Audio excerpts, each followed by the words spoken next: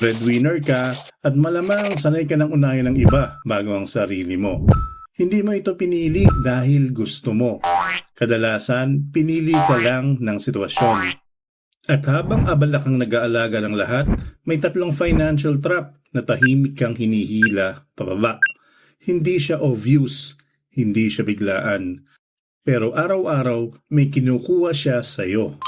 Para sa kaalaman lamang, hindi personal na payong pinansyal. Affiliate products in the shelf below. Natural sa mga Pilipino ang tumulong. Bahagi ito ng kultura natin. Tinuruan tayong unahin ang pamilya bago ang sarili. Lalo na kapag ikaw ang may trabaho. Lalo na kapag ikaw ang may kaya. Kahit hindi naman sobra, kahit sapat lang, unti-unti nagiging normal ang ganitong mga salita. Okay lang, ako na muna. Next time na lang ako. Pag okay na sila, saka ako. Sa simula, parang maliit lang na desisyon. Isang beses, 2 beses, hanggang sa maging araw-araw. Hindi mo namamalayan, lagi kang nasa huli ng listahan. Lagi kang may pinagpapaliban para sa sarili mo. At dito, nagsisimula ang problema. Hindi dahil masama kang tao, kundi dahil matagal mo lang sinanay ang sarili mo na laging maghihintay. Kapag may nagkasakit, ikaw, isang tawag lang, isang message lang, alam na agad kung kanino lalapit. Kapag may nawala ng trabaho, ikaw, hindi ka man tanungin kung kaya mo, ang tanong lang ay kung kailan ka makakapagpadala. Kapag may kulang sa tuition, renta o bayarin, ikaw pa rin.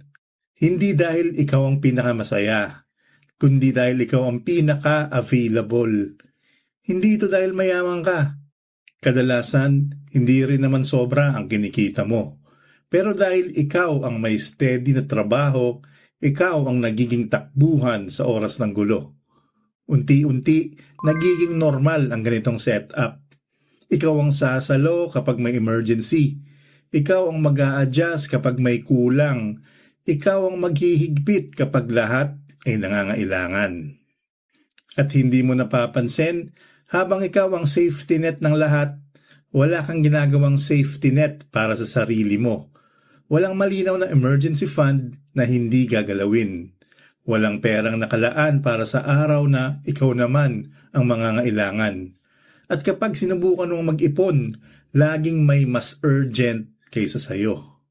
At sa oras na ikaw na magkasakit, ikaw na ang mawala ng trabaho, ikaw na ang mapagod, walang sasalo. Dahil sanay ang lahat na ikaw ang sumasalo. Kapag nagsimula kang tumulong ng walang limit, unti-unti itong nagiging expectation. Sa umpisa, pasasalamat ang naririnig mo. Salamat ha, malaking tulong to. Pero habang tumatagal, nawawala ang tanong kung kaya mo pa ba. Ang natitira na lang ay inaasahan ka na. Hindi na ito tulong, hindi na ito kusang loob, nagiging obligasyon na. Kapag bumagal ka, may guilt. Parang may mali, kahit pagod ka lang. Parang may kulang kahit ubos ka na. Kapag tumanggi ka, may hiya, may bigat sa dibdib, may boses sa isip na nagsasabing, paano na sila? At kapag nag-ipon ka para sa sarili mo, kapag sinubukan mong unahin ang future mo, parang may kasalanan ka pa. Pero ang totoo, ang responsibilidad na walang hanggan ay hindi sukatan ng pagiging mabuting anak, kapatid o breadwinner. Ito ay tahimik na pagod, na dahan-dahang inuubos ang lakas mo, pisikal, emosyonal, at pinansyal. Kahit gaano ka kasipag, kahit gaano kalaki ang sakripisyo mo, kung walang hangganan ang inaako mo, darating ang araw na mauubos ka rin. Habang busy kang bumubuhay ng iba, may isang bahagi ng buhay mo ang tahimik na napag-iiwanan. Araw-araw inuuna mo ang kailangan ng pamilya. Araw-araw may umaasa sa'yo. At sa gitna ng lahat ng ito, walang bumubuhay sa future mo. Walang malinaw na ipon na para talaga sa'yo. Walang planong maghahawak sa'yo kapag humina ang katawan mo. Walang direksyon kung paano ka mabubuhay kapag hindi mo na kayang magtrabaho. Sa labas, mukhang matatag ka. Mukhang kinakaya mo. Pero sa loob, laging may kaba. Kasi alam mong kapag tumigil ka, marami ang maaapektuhan.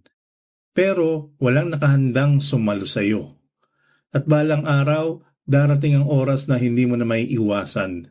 Kapag ikaw na ang pagod, kapag ikaw na ang may sakit, kapag hindi mo na kayang magpuyat, mag-overtime, o magpakalakas. Sa puntong yon, doon mo mararamdaman kung gaano kabigat ang trap na ito.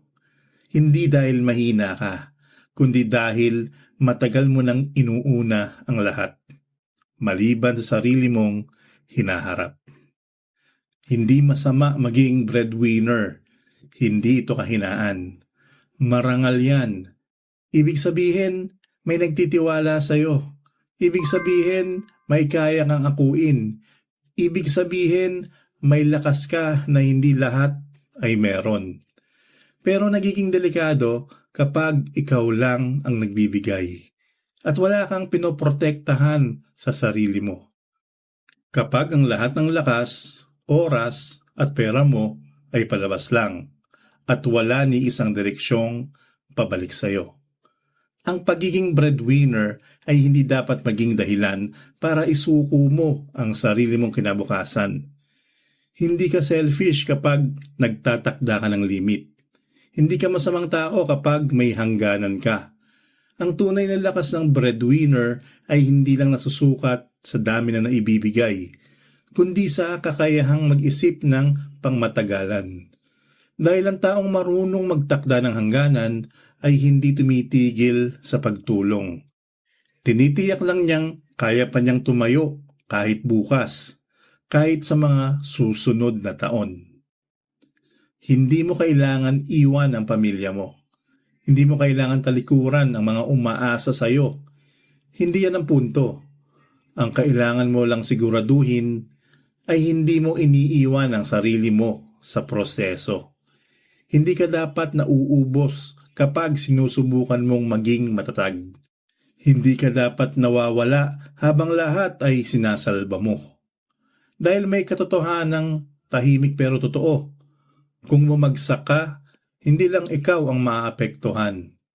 Lahat ng umaasa sa iyo, lahat ng tinutulungan mo, sabay-sabay ring babagsak. Kaya ang pag-aalaga sa sarili mo, physical, emotional at financial, ay hindi pagiging makasarili. Ito ang paraan para patuloy kang makatayo para sa kanila. Ang breadwinner ay para lang haligi ng bahay.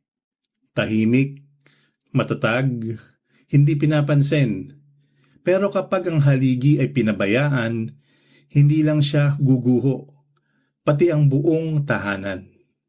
Alagaan mo ang haligi para may matirahan ang lahat.